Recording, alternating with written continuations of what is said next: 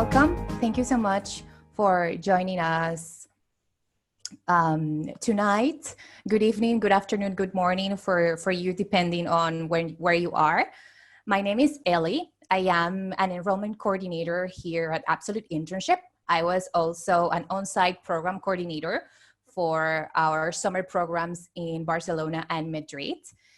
And on behalf of the Absolute Internship team, we would like to thank you all for your interest. We are very happy to have the opportunity tonight to be able to get to share our experience with you. And we deeply appreciate your interest in our session today.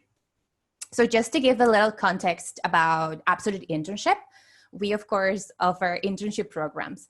For 11 years now, we have been working to provide high-quality candidates with internship opportunities in the global market. We offer our programs in 11 destinations across Asia and Europe, including cities like Hong Kong, Barcelona, Paris, London, Stockholm.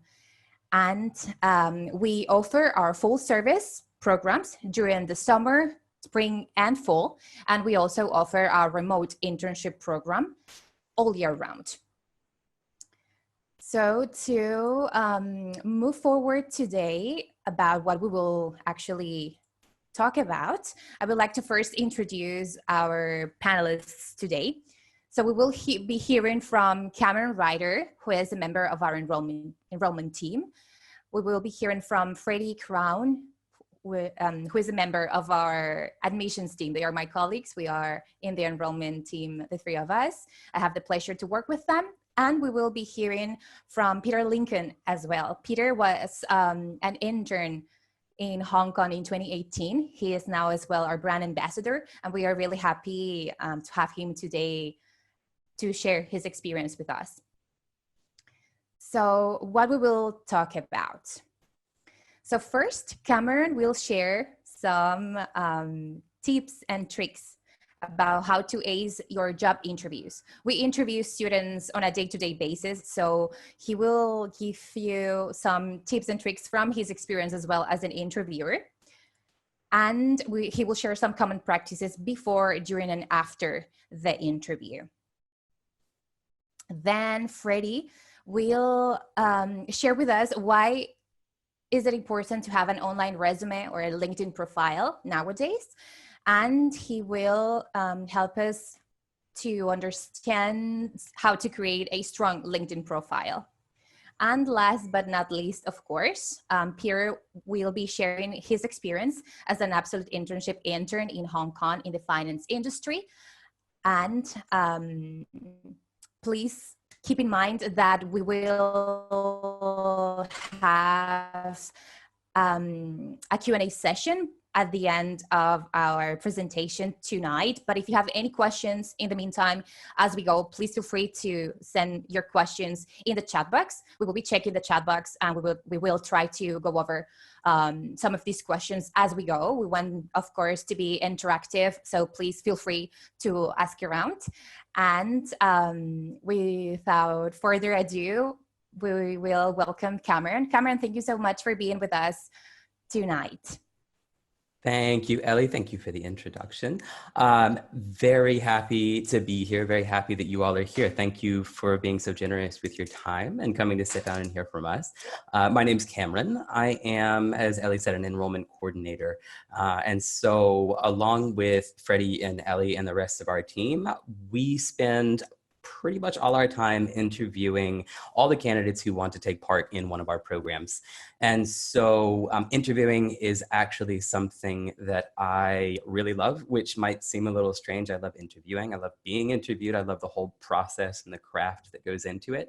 I've actually been a part of selection processes for 6 years now, both here at Absolute and also in the United States. And so what I want to tell you about today is light speed fast. I want to give you some of the kind of best practices, hints and tips and tricks to ace your interview, to kind of get over those initial nerves of, sitting down and getting through what is arguably probably the most important part of, starting your new career, right? So What I want to talk about really briefly right now is something that's coming up a lot, and this should be no surprise. Online everything, online classes, online interviews, online work, right, is something that's really big right now. And so a question that I'm getting a lot is, can you tell me the difference between a traditional and an online interview? Generally, they're very similar. There are a lot of similarities when you're considering an online interview and a traditional interview. The end goal is the same, right? Get hired. There are some slight differences, but in general, the companies are going to be treating this as seriously as a normal interview, any traditional interview. They're going to be asking you the same kinds of questions. So no worries. I'm going to push the importance right now. I want you to keep this in your head, the importance of practice. There is no substitute for practicing for an interview. So I'm going to talk about this again in a moment. But what I want to spend a decent amount of time on in the beginning here is a really common mistake that I see made in the interview process, and also something that I'm asked about quite often, which is how do I answer those tricky interview questions? And so you can actually approach interview questions using a method called the STAR method, which is a strategy about how to formulate a response when an interviewer asks you a question like, tell me about a time when you had a conflict with a colleague and how you resolved it, or tell us about a time when you showed initiative, right? So those kinds of questions that can be longer, they're open-ended, you have a lot of room to play around. And also, if you're not careful, you can just talk and talk and talk for 5 minutes without actually answering the question. So the STAR method is there to help you navigate that, to give the interviewer the kind of information they're looking for in a nice, concise, pretty wrapped package, right? So before you start, right, the first thing to sitting down in an interview is listen to the question completely. Make sure that you have the question in mind, make sure the interviewer finishes their question, and take just a brief moment to start formulating your response before speaking. It's completely acceptable. There's no awkward silence if you take a moment to breathe and then start answering your question. So when you're asked one of these questions, right, start out by describing the situation. Give your interviewer enough context to fully understand where you're coming from and that it isn't just something made up. So a situation that I found myself in as a student staff member at university was I was part of a staff, and during our fall break, which was a shortened fall break, we had a large group of international students who were not going to be leaving campus. Okay, so that was the situation that I found myself in with my team. Then move right on to talk about the next point of the STAR, which is the task at hand. Okay, so my situation is I have these international students. The task at hand was, how do we show these international students some love? How do we serve them and provide them with an experience that they won't forget? And they're spending, you know, a semester to a year on our campus as a part of our residence life family. That was my area. And so my team was tasked with, right, how do we make this special for them? Next, talked about the action that you took. The action part is when you need to talk about yourself. So use I. Don't talk about your team. Don't talk about your supervisor. Use your I statements, right? And so the action that I took was I organized a Thanksgiving dinner for these international students, something that they had never done before, many of them, fully traditional American Thanksgiving dinner with way too many sides, turkey, all the stops. This actually resulted in me borrowing a friend's oven to cook a turkey while I was cooking a turkey in somebody else's oven. Crazy. And so that was the action that I took, was to put this dinner together for all of these international students. Finish up your answer with the result, right? So you have a nice bow cherry on top of the ice cream. The result is what you were able to achieve. And so with this event, I was able to invite over 100 students and host over 100 students to take part in this event. They all came, they ate way too much food. They experienced a traditional American Thanksgiving. And we actually established this as a tradition for the following years in our housing community. So there it is, one question to one answer. Keep it concise, keep it to the point, keep yourself organized, and you will be sure to, get right through any of those questions. So Moving along to my next point. Cameron. Before I do that, is there a question out Yeah, there? there's a question actually. Thank you so much, Cam. But I think this question is actually very, very relevant. Maybe Peter Yeah. can jump in. Joel in the chat box is asking, how does a traditional interview differ from an online interview? As you just mentioned, online interviews. I think it's interesting if we can help Joel. Yeah, I Yeah. love that. Peter, take that away. You're right in the middle of it, man. Yeah, because I'm right in the middle of the interviewing process. I just graduated, and I'm on the hunt, as they say, and I've been doing a lot of online interviews given the circumstances of today's environment. So here's like my take on the difference between online and an in-person interview. Obviously, with a traditional interview, it's a little more formal and nerve-wracking because you're face to face with your interviewer. But I find that preparing for an online interview with the same scrutiny and level of deep detail as you would a traditional interview makes you very prepared for when the time comes, because it's easy in an online interview to get distracted by your computer, your surroundings. So you make sure that you have all your notifications off, your phone is out of your room, you're isolated from other people, because you want your interviewers undivided attention. I find to be that one of the most important parts of an internet interview.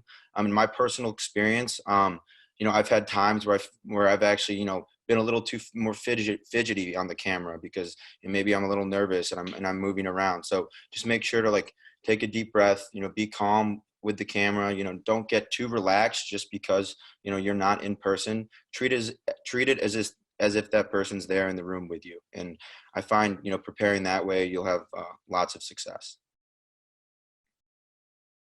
Yeah, thank you so much, Peter. I think, that's the key. It's just a normal interview, and it's actually becoming part of the hiring process. Even if you are in the same city, you are most likely going to be asked to do an online interview to see if maybe you're worth your interviewer time to come to the actual office, maybe. And then also make sure that the account that you're using is a professional one. Your email address is a professional one, that you are familiar with any platform that you're using. So whether it is Skype, Zoom, Google Hangouts, connect there 10 minutes prior to your interview, schedule time so you get familiar with the platform. I think that shows a lot of professionalism, and we as interviewers ourselves really do appreciate when students are there on time, they connect on time. Thank you so much, Joel, for your question. I hope that helped you. And well, let's continue with Cameron. Lovely. So moving right along, and thank you again, Peter, because I could not have said that any better myself. It's been a little while since I've been in the interview process. I want to, as we've kind of finished up my portion of what I want to talk to you about today, I want to talk about the interview in 3 phases. So these are some common practices that you can adopt as you prepare for an interview, while you're in the interview, and after the interview. And so as you are offered an interview with a company, whether that, again, be an interview that is online, whether that is an interview that is in person, one of the first things that you're going to want to do is your homework. Presumably, you know a little bit about the company, right? You've applied there. If you are frantically looking for work and sending out 100 CVs, it might be a little bit different, but sit down and do every bit of research that you can on the company. You need to know more than just what the position is about. You need to know what the company's about. What's their mission? What are they trying to provide? What are they doing in social media right now? What is the feedback? All of these things are things that the company can ask you about in the interview. So you want to be prepared for that. The company wants they want a candidate who is passionate about their company, right? It makes sense. They want to hire you onto a team. Okay. The next thing when you're researching, and this is something that's going to become more and more and more important as we are living in an increasingly globalized world, is while you're doing your homework, research some cultural differences that might affect your interview. And I'll give you a really brief example of what I mean by that. So we work in locations across Europe and Asia. We work in London, we work in Hong Kong, and these are 2 really good examples. So when we're talking about the companies that we work with, talking to candidates, they are in London looking for a candidate that was outwardly enthusiastic, passionate, energetic, animated, somebody who's ready to join their team be a lot of fun, be a really good colleague. Okay. And that is kind of what we're used to in America as well. That's pretty traditional. Hong Kong or Tokyo as well, in a traditional company, what they're looking for in an interview is somebody who's very composed in the interview process. They're looking for you to be calmer. They're looking for, instead of outward displays of being animated and being passionate, enthusiastic, they want to hear statements where you're saying how passionate you are about the type of work, how passionate you are about the industry, right? And so these are things that you're not going to necessarily pick up on without doing your research. So I can't recommend enough. This is so important, actually, that for the remote program that we offer, we have a whole cultural orientation for every location that students are going to be taking part in. They have to complete a cultural orientation first so that they understand what they can expect in the interview and also in the office environment. Really briefly, your CV, your resume, know that resume back to front. I already mentioned, if you're applying to 100 different companies, you should be sending 100 different distinct resumes. Know the resume that you sent to this company, know the dates, know the information. Every bullet point that you put on there is something you could be asked about and expected to fully flesh out. So don't forget to do that. And finally, practice, practice, practice, practice. There is no substitute. So practice every chance you get. Annoy your family. If you're still in school, the Career Services Center in a school normally is going to have resources where you can even set up a mock interview. I always encourage taking part of that, okay? And so once you've arrived to the interview, first impressions, there is no second chance to make a first impression. And so you might be thinking, okay, I have a contact person in this company that I'm going to interview with. I'm going to sit down in a room with them. I'm going to shake their hand. It's going to be a great handshake. I'm going to answer their questions using the STAR method. It's going to be beautiful. But what about everybody else, okay? First impressions count for every single person you meet. And in fact, in the selection processes that I was a part of in the United States, every person that met a candidate had seen the candidate's resume. Every person in the company that met the candidate to take them on a tour, to show them the facilities, to even just briefly shake their hand, knew who that candidate was, what they were about, what they were applying for. And after the candidate's interview, we all gave feedback. All of us gave feedback on a candidate. So treat every single person that you meet like they might be the person deciding to hire you. This is also a good opportunity for you to be genuine. Be yourself. They want to work with you. They don't want to work with what you think you should be in that company. They want to work with you.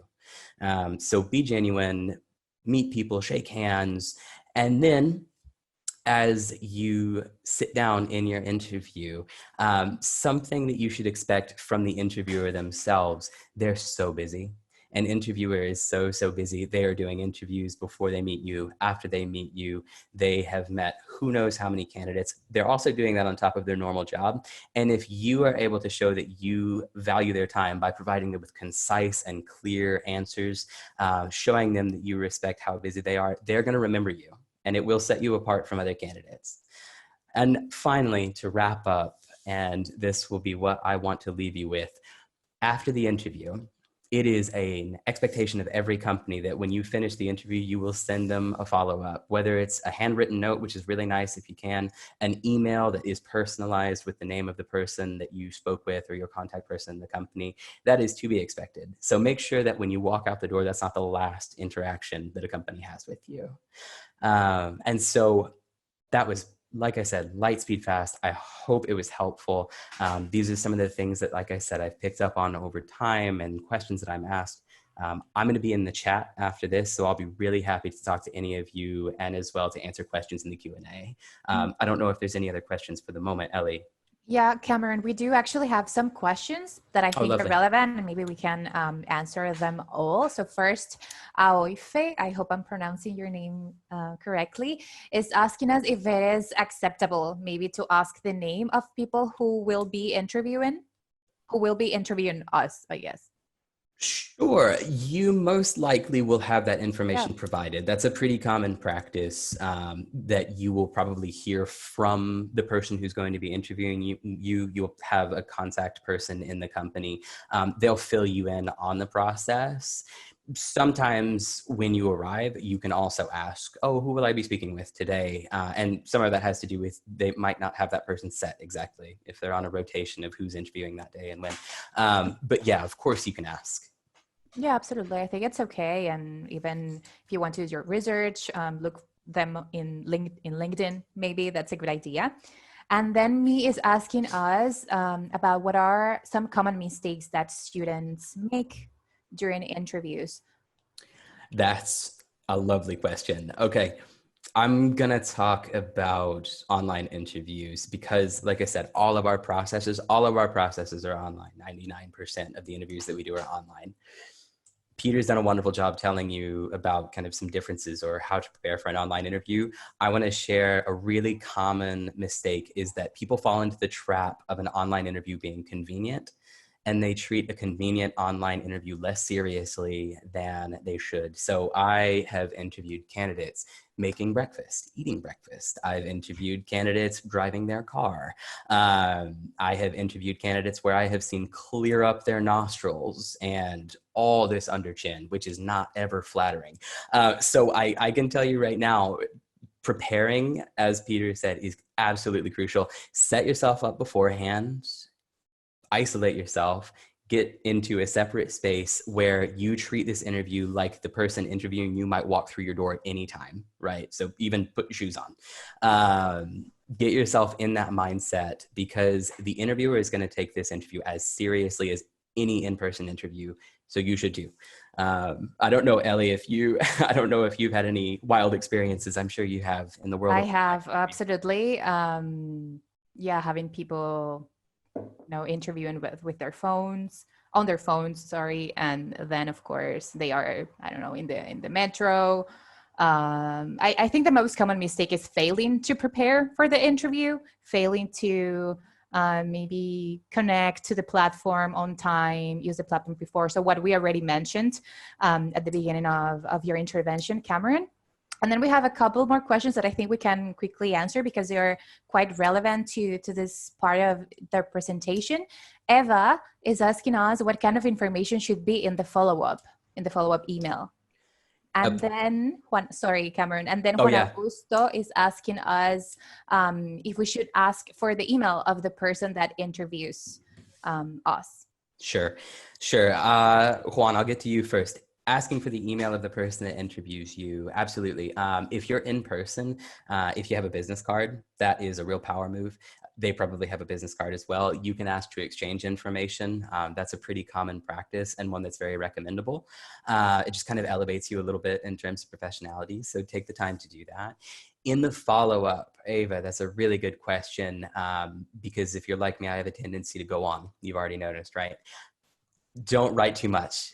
Remember what I said about an interviewer being very busy. Their time is valuable. They want to see that you're making that extra effort to send them the email. So, a very quick thank you. I really appreciate you considering me for this position. I wanted to thank you personally.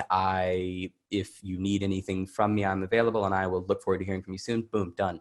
And that is kind of, a perfect, quick response to send to them. And then, of course, make sure it's personalized to the person you talk to.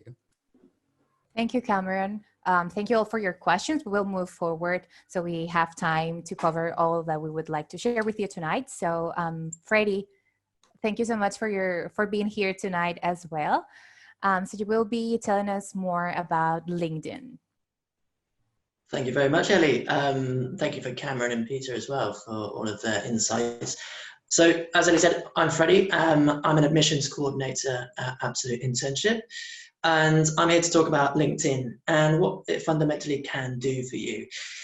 It can help you simply separate your online presence, your social media presence, into work and play. And with over 40% of the world actually on social media, we're all pretty aware that we need to manage our online presence. But even having the highest security settings, random Instagram names, or even just a random alias on your social media platforms is obviously keeping your social life hidden from potential recruiters or companies. But you do need to leave them something to find. And LinkedIn is that bone that you want to throw them, basically.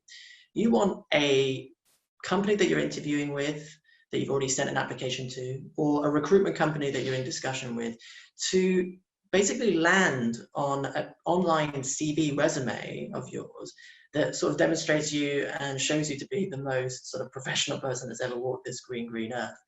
And that's what LinkedIn can do for you. And not only that, is that the profile on LinkedIn itself, it allows you to go beyond the scope of a traditional CV or resume. And that's basically what I'm going to talk about today. So let's first of all move on to sort of the arguments of why you should be using LinkedIn. So why use it? Okay, so there's many reasons. One of the main ones obviously being, like I said, that having that digitally, instantly accessible CV or resume online is a really handy tool, and it allows you to kind of keep a lot of information that you can obviously use for writing future CVs or resumes as well. And unlike a traditional CV or resume, you basically can have two really good functions on there that gives you kind of your employer, potential employer or potential recruiter, a fuller picture of you. And it's the recommendations section on the profile, as well as the skills section, which you can have endorsed by previous managers or colleagues. And in the case of recommendation, written by previous managers or colleagues, which is obviously a nice addition to your CV or resume. On top of that, you can also share more information. Like I said before, go beyond the scope of the CV. Anything you've done, whether it's extracurricular, whether it's volunteering, whether it's basically doing a project at your job where you took initiative or you did something and went the extra mile, if you've got that online in any form, whether it's a blog, video, or anything like that, you can link that to your page and it looks really, really good. It looks like you are a very well-rounded person and you've got a lot of interests. And not only obviously having all of these things on your profile are important, who use LinkedIn? Basically, all the top Fortune 500 companies use it. They use it in their recruitment processes. They use it for headhunting. So thinking, a few years down the line, you need to be getting started with your profile and being found by these companies as much as possible, as often as possible. And finally, on top of that, networking. LinkedIn is a networking tool. It allows you to keep in touch with those previous managers, colleagues, and who knows how those connections can help you in the future. And not only that, you can develop your skills on there. There's obviously a wall, a feed for feature, like on any social media platform, where you can follow things and have new information, cutting edge information in your industry or any other industry. And that can help you keep on top of developments, which will always be useful when it comes to those Monday morning meetings, right? And I'm speaking from experience. I've used LinkedIn since I was at university. I sort of peeked behind the curtain because I was working for a recruitment company myself and saw how the recruiters were using it to find candidates. So I got started early on. Off the back of that as well, I mean, the kind of networking feature of it, I should say, is it's one of the most important features of it. I mean, there's quite a famous quote from Steve Jobs when he was giving a university speech where he said, "You can't connect the dots looking forward, you can only connect them looking back." So who knows who you'll meet during all of your experiences at work, university, all of these things, and they may well pay dividends in the future in you finding a job, starting a business, or whatever. So yeah, let's have a look then at the next thing, which is basically what your profile should look like. And these are some really simple things. So as you can see here, you need a professional photo. This is different from any other of your social media. You need obviously something, if you've got something ready-made from a job or from university or something like that, great. If not, then just take a picture of you against a wall with some smart casual clothing, that you're smiling as well. That's important. It's not a passport photo. But yeah, as you can see here, don't just sort of recycle one of your Facebook images or Instagram images. But then after that, another way to sort of personalize your profile is a banner image. Now, as you can see here, these are some people with some nice Photoshop skills. That's not necessary, but if you have them, great. If not, find a photo of you doing something interesting. Maybe something like you presenting at university. Everybody's got a picture of that, right? Or you're volunteering, or you're doing something different that's a little bit interesting. This is a way for you to give a recruiter or a potential company you're applying to more information about you. And then following on from that, we have following things, actually. Companies organizations, charities, football teams, soccer teams, as I should say as well, to keep it international. Yeah, I mean, follow the things that you're interested in, because it obviously then demonstrates more about you, more about your personality. In the past, we would have obviously a section on our resume or CV that just sort of had some chat about what you're interested in. And it always says the same thing. It's like, yeah, I'm really into music. I like movies and walking and sports. Great. Yeah, that's pretty universal. But actually following the types of companies you're interested in or the organizations that you're interested in paints a much clearer picture of what you're all about. And then the final point seems quite obvious, but you really need to proofread everything. If you haven't spotted the mistake here, you better read it again. But basically, obviously, it's just like a resume or a CV. You need to make sure that everything looks right, because this is accessible 24/7. Okay, so before you click publish or post, make sure it all looks right. Okay, so I think it's time for us to kind of have a look a little bit at one of the important parts of it, which is basically writing your professional experience. It's very much the same as writing a CV or a resume. Obviously, you need to write about your experience in a certain way, but there is a little difference with LinkedIn. Again, coming back to you being looked for by companies, being checked out online. You need to think of your LinkedIn profile very much as a website, a page, an internet site that's appearing on Google. I mean, most people are aware of search engine optimizations, SEO. You want to appear at the top of the search. So make sure that the keywords, as you can see in some of these examples, are in your experience, whether it's the type of role you have, like a financial consultant here, or an area of expertise like blockchain, or even just the general area that you work in, the industry you work in, which is business development. These companies need to be able to find you, and you need to make sure that your experience is stuffed with these keywords, so you're being found by the right people. And as we're now in this world where we are working and studying online so much more, these types of things that you're doing right now, whether it's at university or at a job where you've got to do some sort of project work, this experience can be written into your LinkedIn profile. And you obviously don't need to make a selection when you're choosing on your CV, your standard resume or CV, what goes on there, what doesn't. Everything can go on here, so everybody can see exactly who you are and all the different things you've done. So make sure that if you're writing a project about something you've been doing, even if it's just online, make sure that those are full of the keywords you want people to find. Okay. So I think we can move on to the next part, but I don't know if there's any questions, Ellie, anything? There are some questions, but maybe we can cover them at the end of the Q&A. There's one that is maybe related to what you just mentioned. Maybe we can go over that one quickly. Joelle is asking us if we think it is important to have a LinkedIn profile while you are a student, I guess, because you don't have as much experience yet. So what would you put there? What would be your interests? No, yeah, it's a great question. Thank you, Ellie. And Joelle, of course. Yeah, I think you need to get started as soon as possible. Even when you're studying at university, you can write about, like I said, the projects you're working on, and the types of softwares that you've been exposed to and have experience with, and also some of the extracurricular things. We all know that getting into university is about, obviously, not only what you study, but the other things you do in your free time, and what kind of person that demonstrates you to be.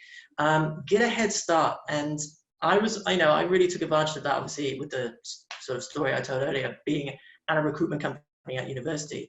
The connections I've had now in my profile was a lot more developed than some of my, classmates at the time. Some of them even looked at me weirdly, like, why do you have a LinkedIn profile? Isn't that for headhunting? I did feel a little bit silly at the time, to be honest, but now it's kind of paying off, because when you look at my profile, you can see a lot of the things that I've been talking about, and a lot of the connections I've had. I reconnect with people all the time, and some of them can be just for checking in, others can be for actually finding new jobs. So I definitely think it's worth your time setting it up now and letting it grow from there. Yeah, absolutely. And then also, as you follow your interests, you can start to understand what's going on in your industry of interest. I think it's important as well. We have a couple of questions, but I think we can move forward and then we can go over these questions during our Q&A session at the end. Sure, that's great. Yeah, I totally agree with you. I think that's very, very true about that. And I think it's something you should just think about right now, just setting it up. You don't need to put lots of effort into it, obviously, if you haven't got lots of experience. But once it's set up, it's there. And obviously, it's very easy to update and maintain. So yeah, totally with you on that. But I guess we could just move on to the next slide there. And I guess I could just sum up basically the key points I've talked about. Which, you know, like I've said before, it's why use it. You need to use it for many different things. You need to be using it because you can connect with people. You need to have it there as a permanent sort of CV resume that anyone can find at any time. Not only that, obviously, you need to think about following the right companies, as Eddie said, getting ahead of the game, keeping up with all of the developments in your industry. So when you go to an interview, or if you actually are going to a meeting at a company, you know what's going on right now and you've heard the latest news. And obviously all the big companies are on there as well, okay? And what to remember, I'll keep it brief, but yes, professional photo is the first thing you need to keep in mind. After that, obviously, you need to have a banner image, personalize it so it tells them a little bit more about you, about what kind of person you are and what you're interested in, and request and give recommendations and skill endorsements. I think these are really, really important. It's a reciprocal thing. And you can get some really nice recommendations from your managers or from previous colleagues that really tells the true story of you, not just you on paper. And then finally, as we've said a few times here, follow things. You know, it's useful for you, and it also tells a story about you as well. So thank you, Ellie. I'll pass it back over to you. Thank you, Freddie. Thank you so much. I think the summary, it's very important with the key points. There's another question that maybe we can cover quickly because I think it's also relevant to what you just mentioned. All of your questions are relevant, of course, but I think we will have more time to answer them to allow time for Peter to share his experience with us. But do you recommend adding other students, professors, or coworkers in LinkedIn? Absolutely, yeah. I mean, who knows what people will be doing in the future? Not everybody stays in the same industry, and even more so these days, people jump from industry to industry. So you just never know how that connection is going to be useful in the future. I mean, it's just a standard principle of networking in general. Take that idea of going into your first internship or your first job that you want to make a good impression and you want to build up your network. LinkedIn is just the digital version of that, and it's a really easy way to manage it. I get messages from people that I haven't spoken to for 10 years, whether they're ex-professors or students or people I was at uni with, all the time. So it's a really nice, for me, it's a really good tool to kind of manage those connections and keep the conversation going. And like I said, you never know how it's going to pay off in the future. Thank you, Freddie. Well, to move forward, we would like to welcome Peter. Peter is an Absolute Internship alumnus, and he interned in our 2018 program in Hong Kong, right, Peter? Yep, 2018. Yep. In the finance industry. Yeah. So, of course, thank you so much for your time. And can you tell us more about your experience? Yeah, absolutely. Well, first, I'd like to thank the Absolute Internship team for having me here today, as well as Freddie and Cameron for their insight on interviewing and career development. And those are things that are really relevant in my life today. So I'm going to use some of those tips and tricks in my own life. Having strong interviewing skills and developing your personal brand online, it's really essential given today's competitive job market.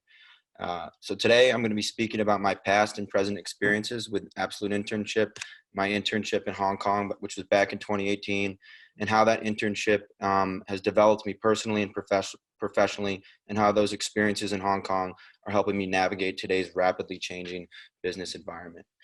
So before I get into the meat of things, I'm just going to go over a quick little bullet points of what I'll be talking about. I'll give a quick background on myself, my Absolute Internship experience, the highlights of that experience, and then the benefits of interning abroad and using Absolute Internship. And then I'll kind of connect my experience to today's rapidly changing world. You know, there's a lot of things going on, and there's a lot of things you need to be aware of when, you know, entering the job market as a young professional. So a quick background on myself. I'm a recent graduate, actually as of Sunday, from Miami University's Farmer School of Business in Ohio with a degree in finance. After school, I plan on launching a career in commercial real estate. And it's actually that internship in Hong Kong which originally got me interested in real estate. And, you know, I'll kind of talk about that and that experience as well. So first, as you know, I've interned in Hong Kong back in 2018. And why I chose Hong Kong. I wanted a global financial hub because that aligned with my interest in finance. And I really wanted something culturally different. I wanted to get outside my comfort zone and take a risk and experience in a completely different world. And, you know, Absolute Internship, they have programs in Europe and they have programs in Asia. And, you know, Europe's pretty more comparable to Asia, more comparable to America than Asia is. So I really wanted to take that, you know, extra step and go somewhere where I didn't even know anything about the language or the culture. And, you know, Hong Kong kind of fit that picture. So while I was in Hong Kong, Absolute paired me with a company called Mandalay Capital Partners.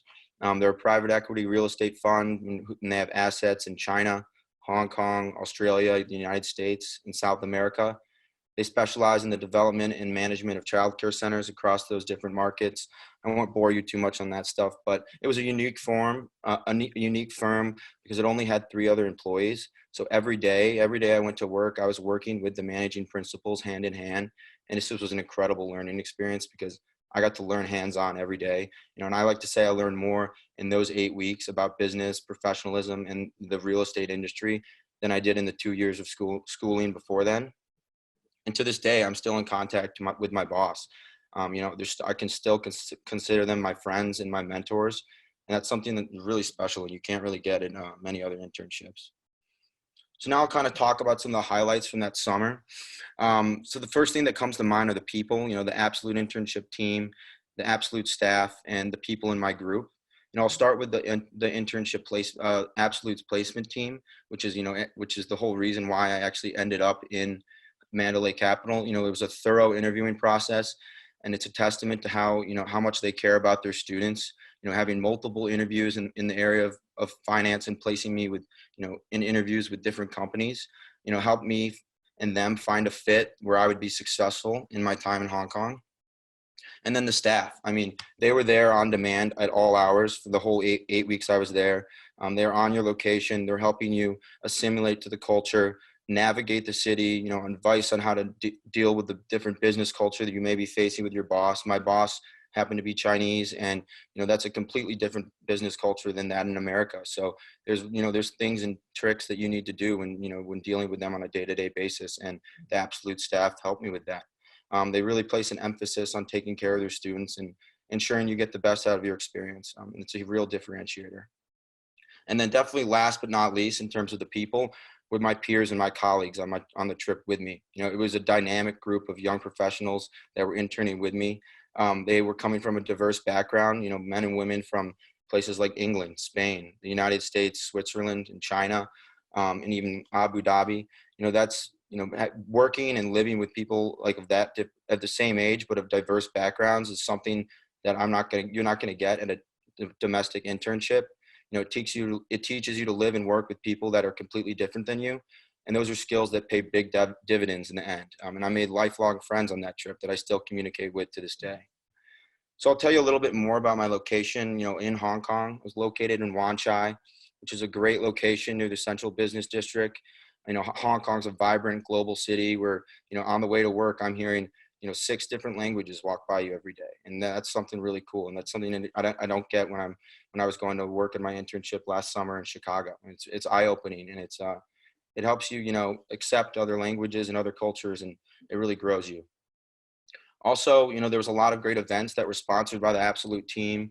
There was dinners, you know, after work drinks. We took trips to Macau, China, city tours, and helped us, you know, feel welcomed and, you know, more comfortable moving around the city. I probably would have stayed in my hotel a lot longer had I, you know, not had, you know, those other students there with me and the staff with me at the same time. You know, because it's scary moving out into a city where you know no one, and you know you don't even speak the language. And then another cool part about traveling all the way to Asia was I got to do some traveling on the weekends as well. I went to Vietnam and Hanoi. I went to Bangkok and Thailand on a long weekend. And those are experiences that are going to stay with me for the rest of my life. And I wasn't going to get the chance to do that had I stayed home, like most of my friends did. And now I'm going to kind of relate back to what Cameron was touching on about the resume. Now you want to have a competitive edge on your resume. Making yourself stand out is extremely important, especially given the competitiveness of today's job market for young graduates like myself. But it was the experience in Hong Kong that I get asked about every time I'm in an interview. I had an internship last summer, but the first thing they go to is, they see Hong Kong. And then they're like, wow, tell me about that. Why'd you choose this? How'd you do that? And companies love to see that. They love to see you took a risk in a pursuit of bettering yourself. It shows that you're committed to your career and you're driven. And those are the people that firms want to hire. And going back to like breaking through your comfort zone. Living and working in a different country, it really built me as a person. I became more confident after that experience because I knew I could go somewhere completely different, work with different people. And then in the end, I actually ended up having success.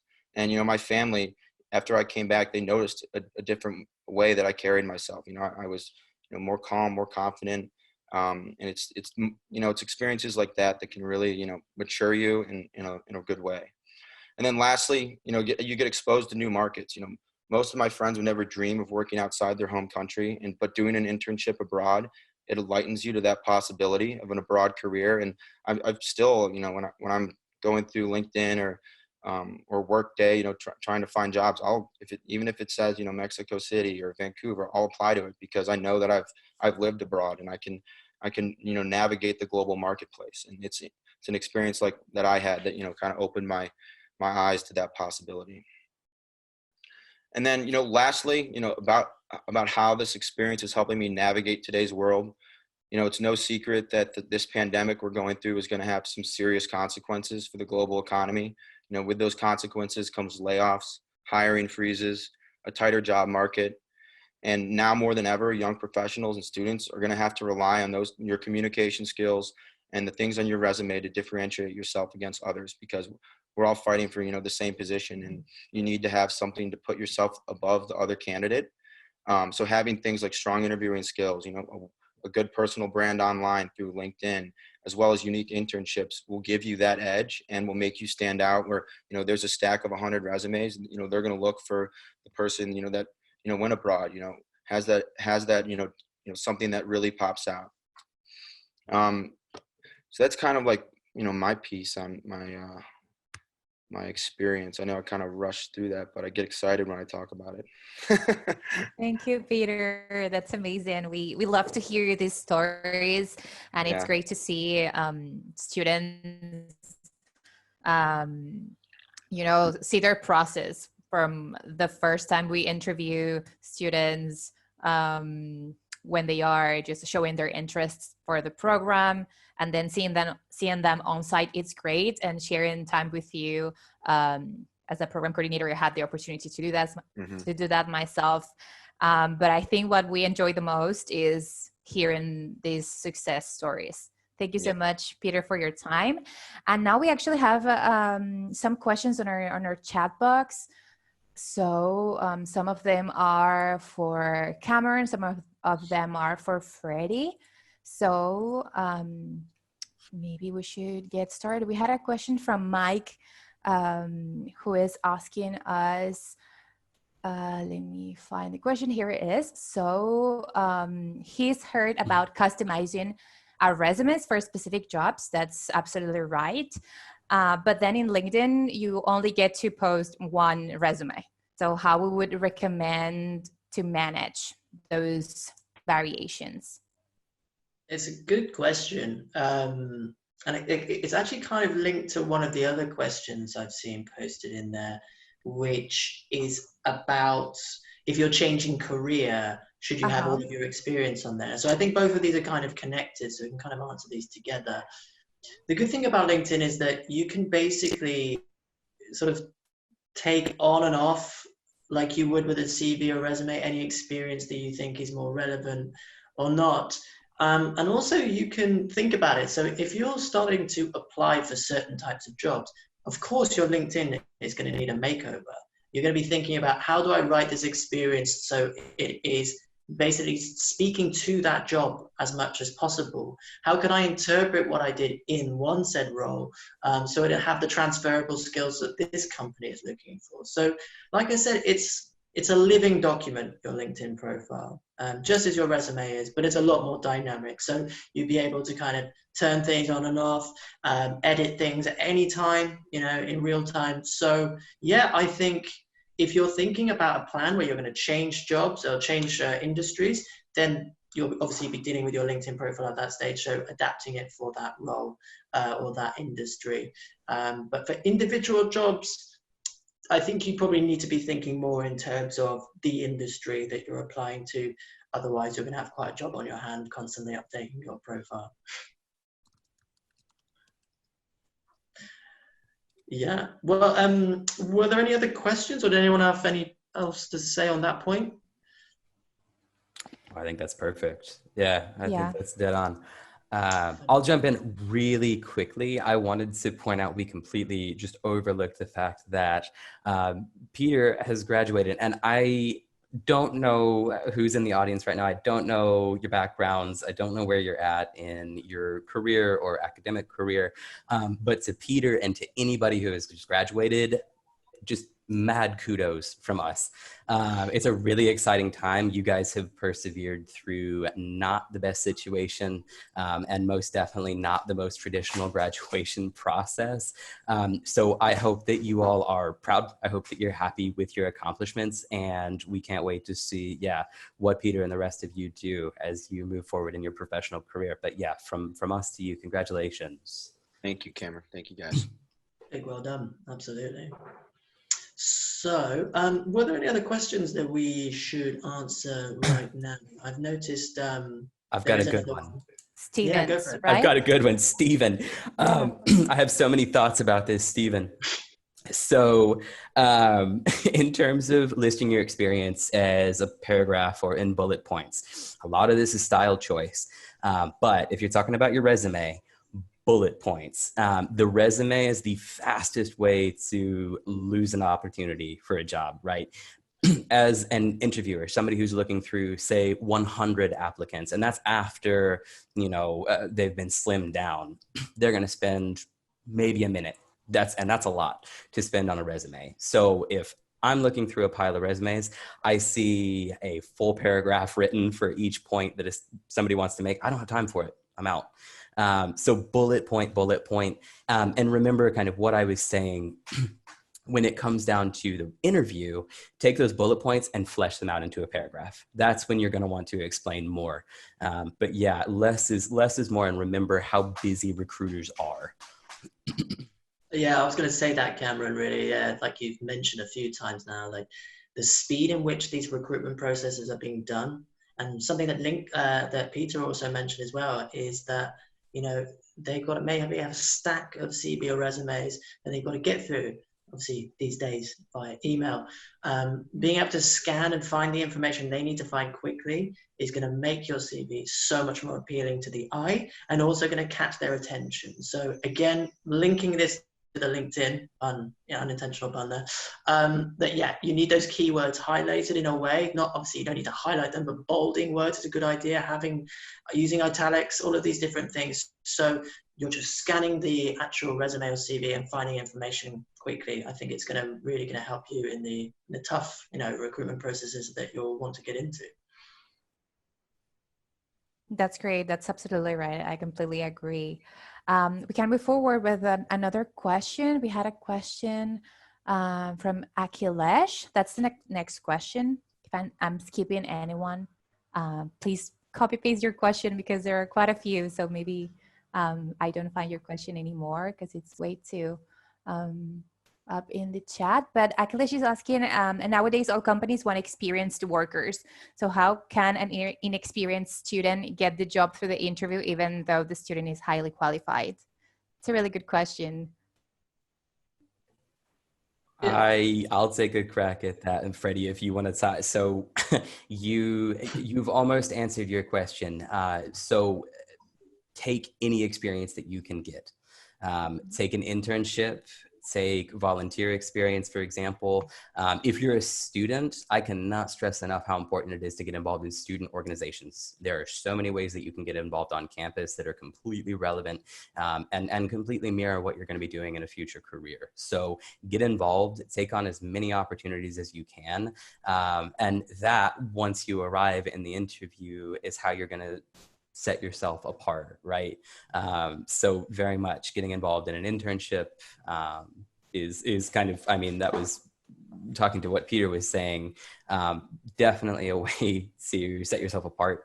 But then also don't be afraid to take opportunities. If you're waiting for somebody to offer you a position to be the CEO of a company, it might not happen for a little while. It might not happen at all. So be humble, be genuine, be hungry, and get out there, right? Absolutely. And I think also, if you ever speak to someone who's writing their first CV or resume, they might well say, I have no experience. What can I put on there? And when you start to pick away at some of the things that people have done, even if it's just within their university studies, maybe they did a project they were really proud of, and they did that, in a collaborative fashion. You can write that experience in a way that's going to tell a story about what you are as a team player, as a leader, all of these transferable skills. And as we've had mentioned in our last webinar, companies are looking for soft skills. And soft skills can be obtained from university, from helping out with your grandma. I mean, all of these things are something that's going to tell a story about you. So don't underplay it. Think about it. How would this apply to the job? And how can these skills be transferred? I think that's what I would say to anyone who's applying to something and feeling a bit insecure about their lack of experience. I think you can do a lot with a little, to be honest. Thank you, Freddie. We can answer maybe Colette's question. He thinks he has a good profile, so that's a good start. And he says that he often navigates without sharing or commenting posts.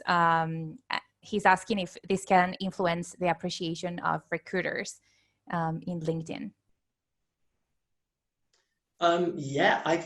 It does have an impact. I think, again, like I mentioned before, if you're actively searching for a job, that's the time to be a little bit more active on the actual platform itself. So I would recommend, posting things that show that you're interested in that industry is going to help you out.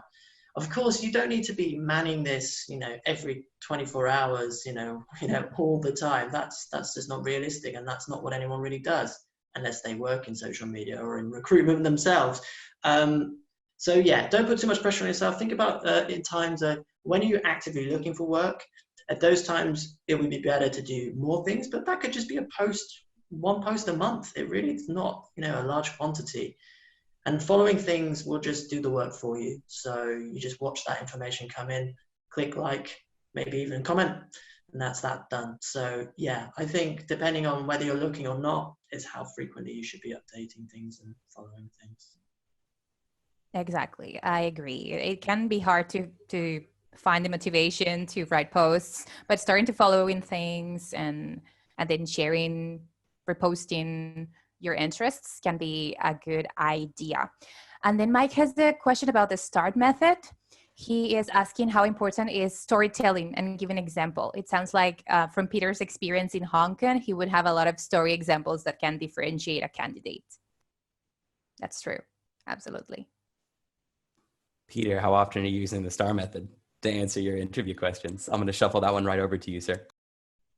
Well, actually, I've never even heard the STAR method before this interview today. That's why this has been so helpful as well. But when I'm storytelling, I try to keep it.